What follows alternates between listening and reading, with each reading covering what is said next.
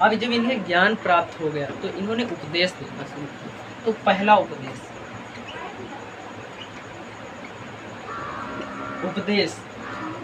तो पहला उपदेश इन्होंने, देखो इनके जितने भी उपदेश हैं ये पाली भाषा में देंगे, याद रखना है, ये पाली भाषा में उपदेश देंगे, ठीक। पहला उपदेश, फर्स्ट उपदेश सारनाथ में दिया, ठीक। पहला उपदेश सारनाथ में दिया, ठीक, सारनाथ यूपी। फर्स्ट उपदेश सारनाथ यूपी में। और सबसे ज्यादा उपदेश कहाँ दिया, इसे भी याद रखना। सबसे ज्यादा उपदेश श्रावस्ती में दिया, ठीक। इन क्वेश्चनों को याद रखना। पहला उपदेश सारनाथ यूपी में दिया, ठीक। सबसे ज्यादा उपदेश श्रावस्ती में दिया, ठीक। और अंतिम उपदेश, मतलब जो उनके जिंदगी के लास्ट टाइम थे तब इन्होंने अंतिम उपदेश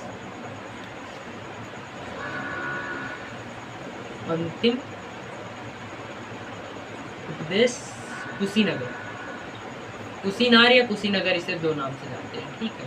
कुशीनगर में दिया अपना अंतिम उपदेश, ठीक है। तो इसे याद रखना, ठीक। अंतिम उपदेश इन्होंने सुभद्र को दिया था, इसे भी याद रखना, सुभद्र को दिया। अब इसे रिवीजन कर लो। देखो उरुवेला, जब उरुवेला आए, ठीक, तब यहाँ 5 साधकों से मिला, पांच संतों से मिला। उनसे कहा भैया हमें भैया ज्ञान प्राप्त करना, या गुरुजी हमें ज्ञान प्राप्त करना है। इन्होंने कहा जल पे त्याग के तप पर बैठ जाओ। कहा भैया ठीक है। तो इन्होंने त्याग दिया और तप करना शुरू किए।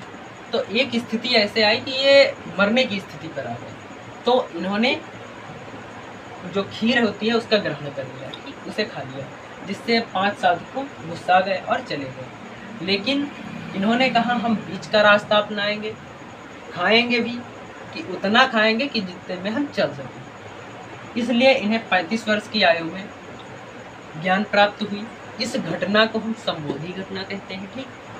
इनको वैशाख पूर्णिमा में ज्ञान प्राप्त हुआ।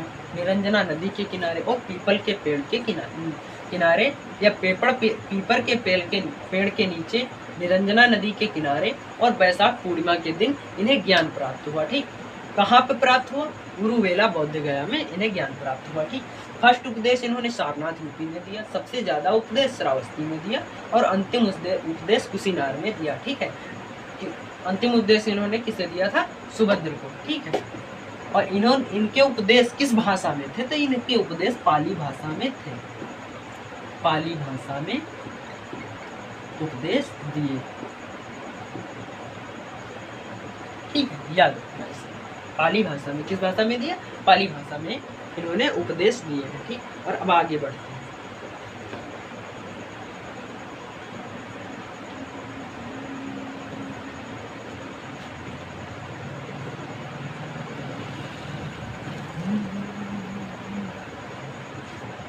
पाली भाषा में इन्होंने उपदेश दिए, ठीक है, याद रखना इसे। अब फर्स्ट भिक्षु संघ।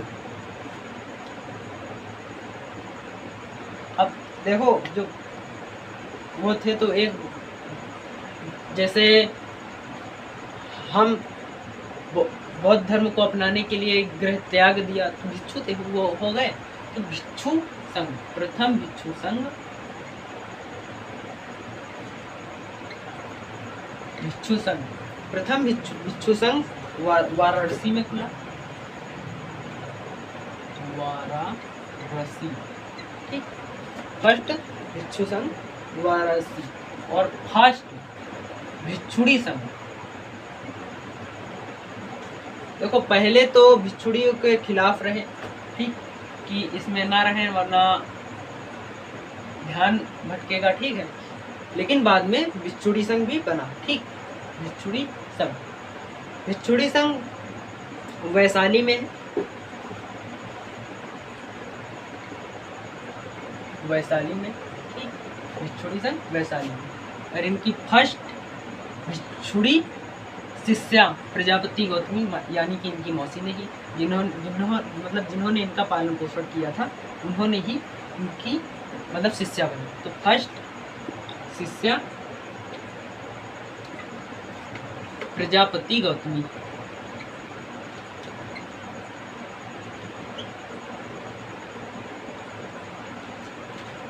प्रजापति गौतमी, ठीक, फर्स्ट शिष्य। और फर्स्ट शिष्य आनंद थे, ठीक, फर्स्ट शिष्य आनंद। और देखो जो भिक्षुड़ी संघ है, तो ये आनंद के कहने पर ही इसे शामिल किया, ठीक है। जो भिक्षुड़ी संघ है मतलब भिक्षुड़ियों को नहीं, मतलब लड़कियों को नहीं शामिल कर रहे थे, बौद्ध धर्म में लड़कियों को नहीं शामिल कर रहे थे, इसलिए भिक्षुड़ियों को आनंद के कहने पर ही शामिल किया गया। तो इनकी फर्स्ट शिष्या प्रजापति गौतमी थी, ठीक, याद रखना इसे, ठीक। बाद में इनकी 483 ईस्वी में इनका निधन हो गया, ठीक है, 483 ईस्वी में,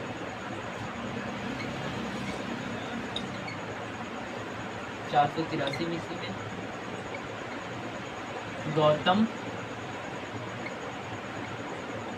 बुद्ध का निधन हो गया, ठीक। यहाँ पर भी एक इनकी घटना है, ठीक, जिस घटना को महापरिनिर्वाण कहते हैं, महापरिनिर्वाण की घटना कहते हैं, ठीक। इसे भी याद रखें। चलो, और कहाँ हुई? तो लास्ट उपदेश जहाँ पर दिया, कुशीनारा में, कुशीनारा या कुशीनगर ऐसे कहते हैं, कुशीनारा में हुई, ठीक, याद रखें, ठीक। 483 ईस्वी में इनका निधन हो गया, ठीक। तो इन्होंने जो शिक्षाएं दी, इनकी शिक्षाएं क्या कहती हैं, ठीक। देखो इसे रफ कर देते हैं। इसे देखो, भिक्षु संघ वाराणसी में पहला, और पहला भिक्षुड़ी संघ वैशाली में। फर्स्ट इनकी शिष्या प्रजापति गौतमी थी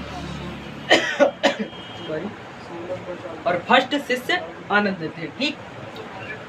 जो भिक्षुड़ी थी, भिक्षुड़ियों को शामिल आनंद के कहने पर ही किया गया, ठीक है, याद रखना इसे। अब इनकी शिक्षाएं क्या थी, हेडिंग डालो, शिक्षाएं। शिक्षाएं में इन्होंने पहले 4 आर्य सत्य बताए, 4 आर्य सत्य बताए, ठीक, 4 आर्य सत्य बताए। सबसे पहला दुख है, इन्होंने कहा दुख है, क्या कहा? 4 आर्य सत्य बताए। इसमें क्या बताया कि दुख है, लेकिन दुख का कारण भी है। अगर दुख है तो दुख का कारण भी है।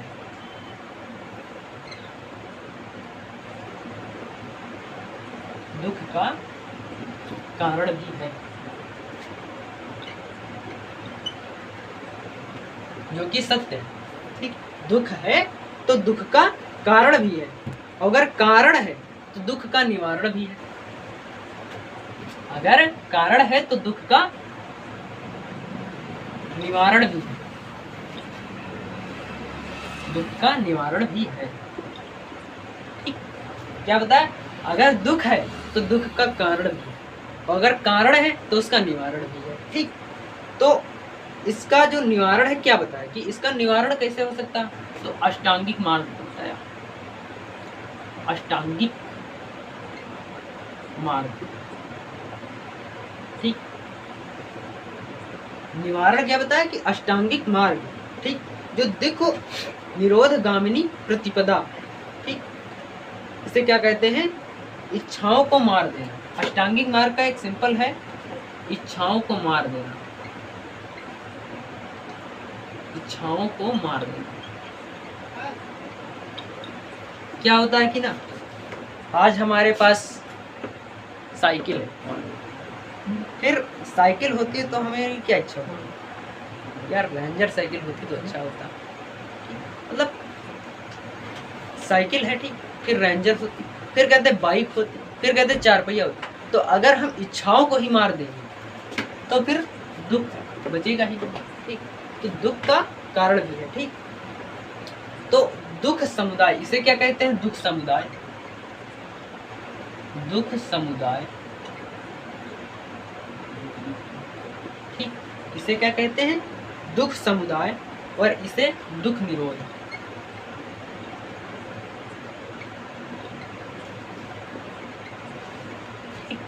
दुख निरोध और दुख निरोध गामिनी प्रतिपदा। दुख निरोध गामिनी प्रतिपदा, ठीक। क्या है कि दुख है, हाँ दुख तो है, तो दुख का कारण भी है, ठीक, और दुख का निवारण भी है। तो इसके लिए अष्टांगिक मार्ग को बताया, ठीक। अष्टांगिक मार्ग, अष्टांगिक मार्ग मतलब क्या है? इच्छाओं को मार देना, ठीक है। तो इच्छाओं को मार देना, तो इसके लिए जो अष्टांगिक मार्ग है वो क्या क्या है, तो उन्हें हम कुछ देखेंगे, ठीक है, क्योंकि ये कई सारे हैं, 8 मार्ग हैं। तो सबसे पहला एक सम्यक दृष्टि।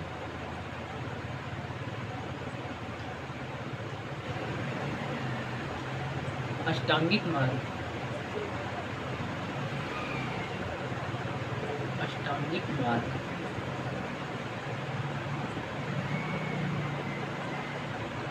अष्टांगिक मार्ग कौन से? पहला है सम्यक दृष्टि,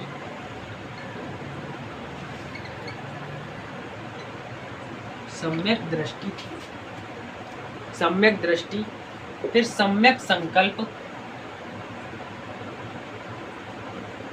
सम्यक दृष्टि, सम्यक संकल्प, सम्यक वाणी, सम्यक वाणी, सम्यक कर्म, सम्यक आजीविका, सम्यक संकल्प, वाणी, कर्म, आजीविका, व्यायाम इत्यादि सारे मतलब है, ठीक। व्यायाम, स्मृति और समाधि, स्मृति समाधि, सम्यक चारों तरफ रहेगा, ठीक। सम्यक, तो सम्यक दृष्टि, सम्यक का अर्थ होता है सही, सही दृष्टि हो, सही संकल्प हो, सही वाणी हो, सही कर्म, तब अच्छा कर्म कीजिए, ठीक। सही आजीविका हो, मतलब जो आजीविका मतलब जो खाना पानी होता है उसे हमें सही ढंग से खाना चाहिए, ठीक, अच्छा खाना खाना। सही व्यायाम होना चाहिए, सही स्मृति हो, और सही समाधि हो। समाधि तो सही हो ही जाएगी। जब आपकी इतने सारे जब सही हो जाएंगे तो समाधि अपने आप सही हो जाएगी, ठीक है। तो सही दृष्टि, सही संकल्प, सही सावाणी, सही कर्म, सही आजीविका, और सही व्यायाम, सही स्मृति और सही समाधि, ठीक। तो फिर आगे बढ़ते हैं। अब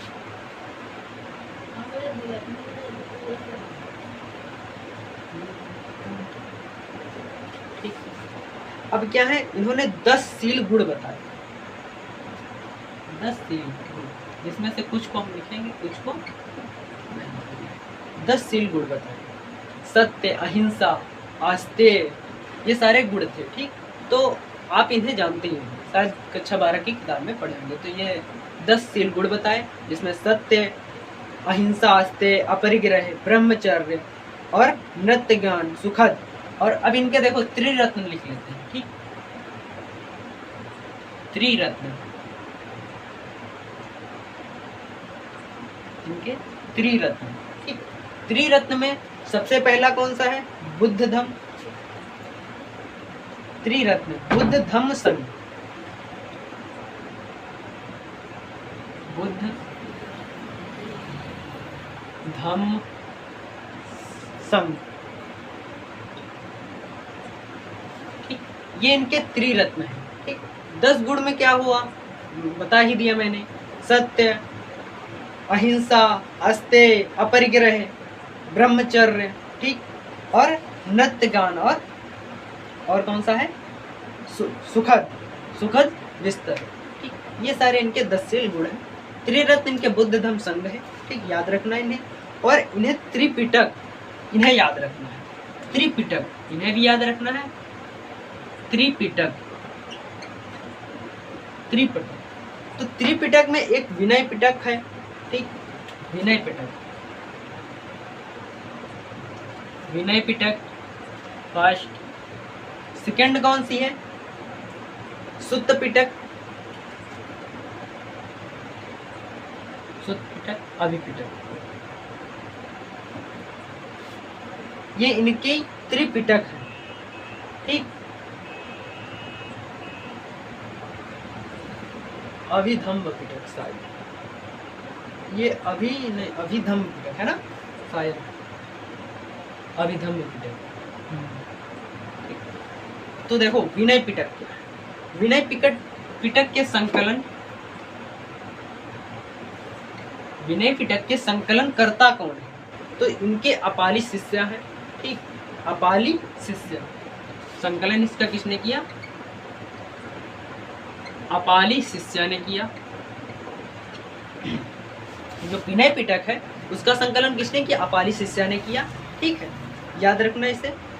और भिक्षुड़ी के संग में रहने के नियम, इसमें विनय पिटक में है क्या, जो भिक्षुड़ी है, भिक्षुड़ी,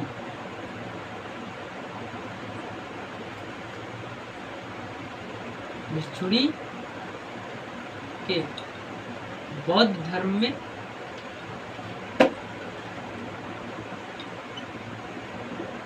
रहने के नियम, ये विनय पिटक में है। ठीक, इसे अपाली शिष्य ने लिखा, जिसमें भिक्षुड़ियों के बौद्ध धर्म में रहने के नियम लिखे हैं। ठीक, अब सुत्त पिटक है। सुत्त पिटक, इसके संकलन करता आनंद है। ठीक, इनके सबसे पहले शिष्य हैं। संकलन, इसका संकलन किसने किया, आनंद ने किया। ठीक, सुत्त पिटक आनंद ने किया। और इसमें जो बुद्ध की सभी शिक्षाओं का, जो सभी शिक्षाएं हैं,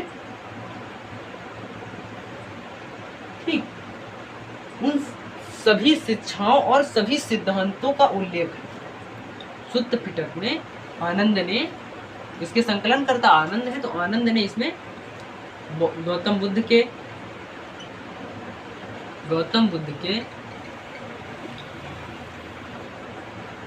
सभी शिक्षाएं,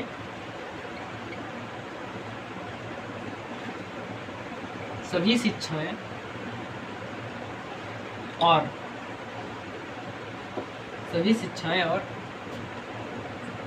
सभी सिद्धांतों का वर्णन किया है।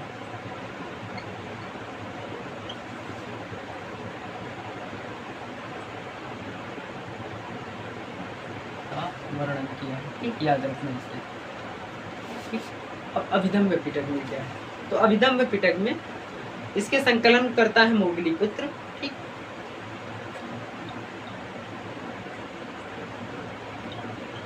संकलन करता मोगली पुत्र, इसका संकलन मोगली पुत्र ने किया। ठीक, अभिधम्म पिटक का मोगली पुत्र ने किया। इसमें जो अभिधम्म पिटक में वो सारी बातें हैं जो, जैसे कोई गौतम बुद्ध के मृत्यु होने के बाद कौन कौन इसमें अध्यक्ष हुए, ठीक, और बाद में जो नियम कानून बने उसका इसमें संकलन किया गया है। ठीक, तो इसे याद रखना है। ठीक, अब हम देखेंगे बौद्ध समितियां। तो दोस्तों हम इनके त्रिपिटक देखे थे। ठीक है, तो त्रिपिटक में पहला विनय पिटक, सुत्त पिटक, अभिधम्म पिटक देखे थे, इनके संकलनकर्ता को देखे हैं। अब हम बौद्ध समितियां, ठीक, कि इनकी बौद्ध समितियां कहाँ कहाँ पर हुई और किसके शासन में हुई। ठीक, तो डालेंगे बौद्ध समितियां, हेडिंग बौद्ध समितियां। इसके पहले हमने क्या देखा था, पिटक, त्रिपिटक, ठीक, सुत्त पिटक, विनय पिटक, अभिधम्म पिटक, इनके संकलनकर्ता को देखे थे। अब हम बौद्ध समितियां देखेंगे। तो सबसे पहले देखो हम डाल लेते हैं 483 ईस्वी।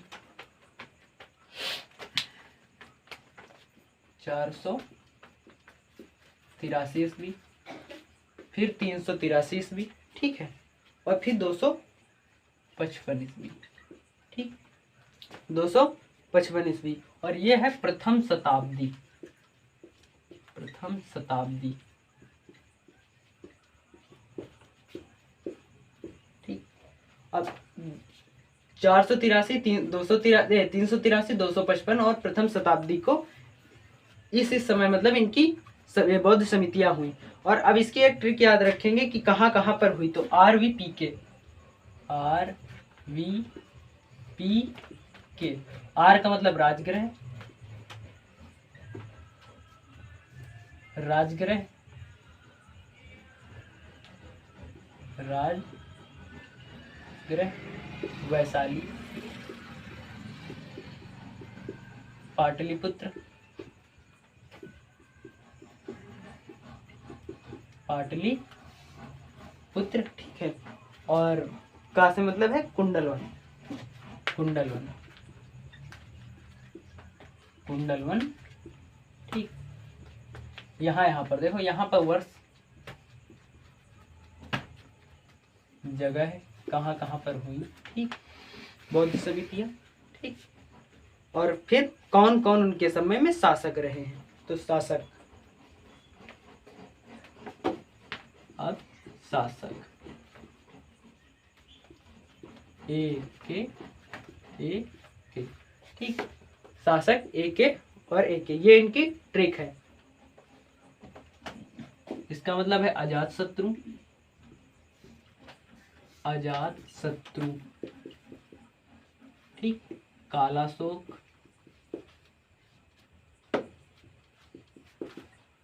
कालाशोक, अशोक और कनिष्क, इनके समय में ये बौद्ध समितियां हुई हैं, ठीक है, इन्हें याद रखना। अजातशत्रु, कालाशोक और अशोक और कनिष्क, AK, ठीक, इनके समय में ये बौद्ध समितियां हुई। और इनके समय में ये अध्यक्ष कौन रहे हैं, ठीक है, तो अध्यक्ष मतलब इस बौद्ध समितियां जो हुई उनके अध्यक्ष कौन रहे, तो पहले के अध्यक्ष जो हैं महाकश्यप, महाकश्यप, ठीक, जो फर्स्ट बौद्ध समिति थे उसके पहले के अध्यक्ष थे महाकश्यप, ठीक, और दूसरे के कौन थे, साबक मीर, साबक मीर। तीसरी बौद्ध समिति के अध्यक्ष थे मोगलीपुत्र,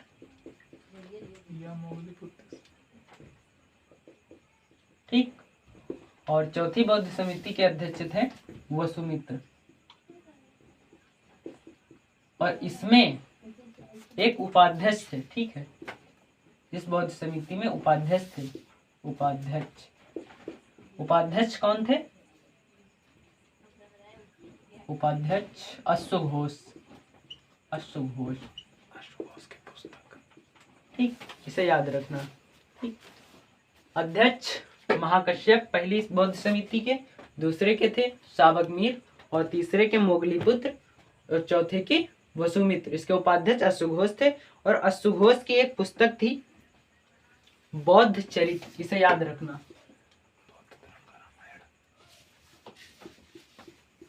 बौद्ध चरित, ये किसकी पुस्तक है, अश्वघोष की, अश्वघोष ने इसकी रचना की, ठीक। इसे बौद्ध धर्म का रामायण भी कहते हैं।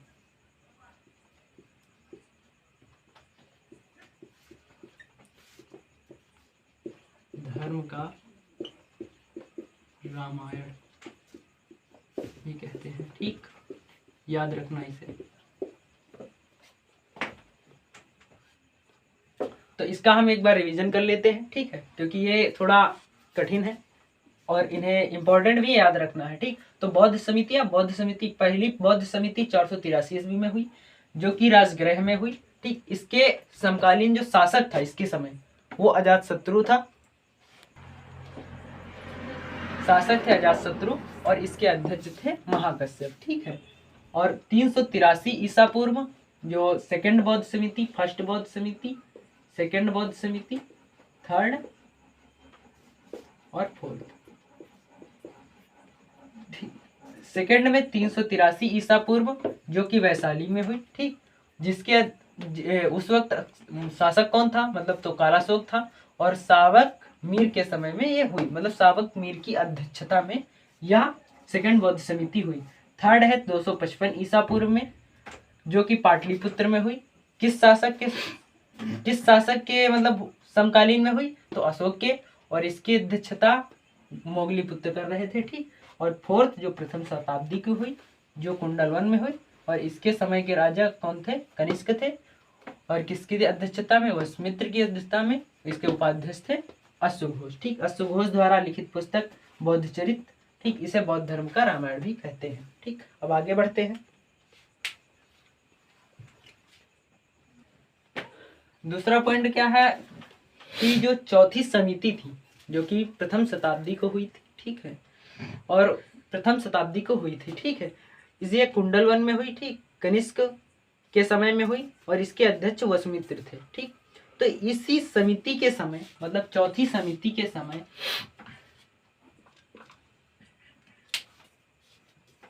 चौथी समिति के समय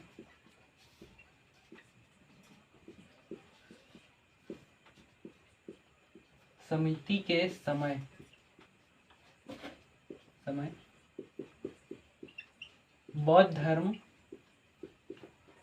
दो भागों या दो शाखा में विभक्त हो गया, दो भागों में बट गया। ठीक, याद रखना इसे। किस समिति के समय, चौथी समिति के दो भागों में। पहली थी हीनयान, दूसरी महायान। ये इसकी दो शाखाएं हैं, याद रखना, दो शाखाओं में बट गया। ठीक है, भाग ना लिखो, शाखाओं में बट गया, महायान। ठीक, हीनयान और महायान। हीनयान के समर्थक महाकश्यप थे, हीनयान के समर्थक महाकश्यप थे। ठीक, हीनयान के समर्थक महाकश्यप थे, और महायान के वसुमित्र थे, याद रखना इसे। ठीक, हीनयान शाखा के महाकश्यप समर्थक थे, और महायान शाखा के वसुमित्र समर्थक थे। ठीक, इसमें जो है हीनयान में, जो हीनयान थी, इसमें परिवर्तन क्या हुआ, बुद्ध को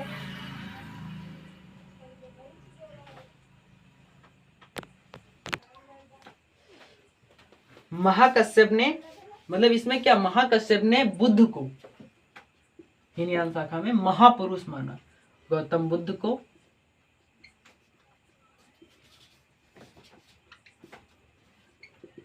महापुरुष माना। ठीक, याद रखना इसे कि हीनयान में गौतम बुद्ध को क्या माना, तो गौतम बुद्ध को महापुरुष माना, गौतम महायान शाखा, हीनयान शाखा में। ठीक, और महायान में जिसके समर्थक वसुमित्र थे, इसमें बुद्ध को ईश्वर समझते थे। ठीक, इसमें गौतम बुद्ध को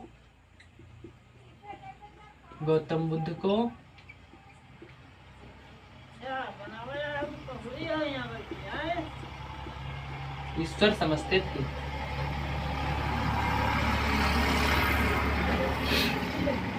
महायान में गौतम बुद्ध को ईश्वर समझते थे, लेकिन हीनयान में गौतम बुद्ध को महापुरुष माना। ठीक है, इसके नए नियम बताए। ठीक, और इसमें नए नियम बताए।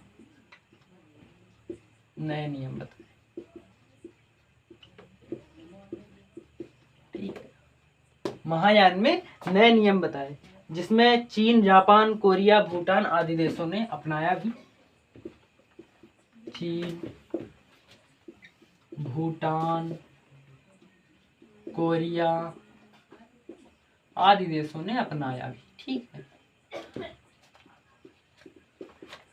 याद रखना इसे। महायान शाखा को चीन, भूटान, कोरिया आदि देशों ने इसे अपनाया भी। ठीक, इसमें हीनयान शाखा को गौतम बुद्ध को महापुरुष माना। अब बौद्ध मठों को देख लेते हैं कि आखिर ये बौद्ध मठ कहाँ कहाँ पर है। ठीक, बौद्ध समितियां कंप्लीट हुई, अब बौद्ध मठें देख लेते हैं। बौद्ध मठ, हेडिंग डाल दो बौद्ध मठ।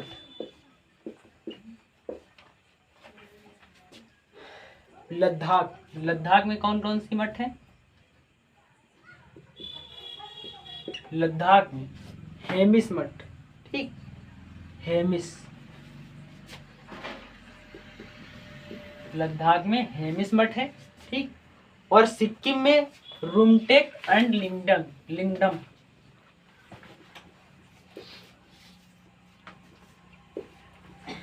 सिक्किम में लिंगडम, लिंगडम और रुमटेक, ठीक। ये दो सिक्किम में बौद्ध मठे हैं, ठीक है। और हिमाचल प्रदेश में तांबो, ससुर और मैंगलो डंगस, हिमाचल प्रदेश में ताबो, ताबो ससुर, ठीक, ताबो ससुर और मैंगलो डंगज, मैंगलो डंगज, ये 3 बौद्ध मठ हिमाचल प्रदेश में है। और अरुणाचल प्रदेश में तवांग मठ, तवांग मठ, अरुणाचल प्रदेश तवांग मठ, अरुणाचल प्रदेश में तवांग मठ। कर्नाटक में वेलकुप्पे मठ,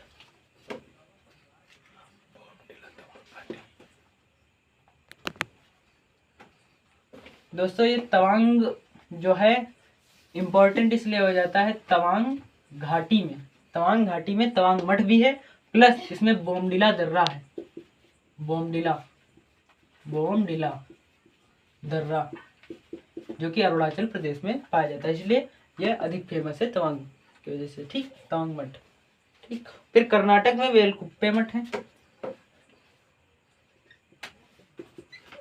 कर्नाटक में वेलकुप्पे